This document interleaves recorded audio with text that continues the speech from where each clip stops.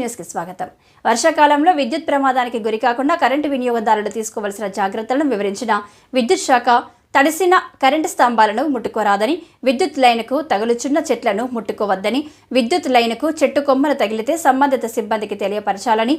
పార్కులలో గ్రౌండ్లలో ఉన్న విద్యుత్ స్తంభాలు ముట్టుకోకూడదని, క్లాస్ రూమ్లో ఉన్న స్విచ్ బోర్డులను తడి చేతులతో ముట్టుకోరాదని,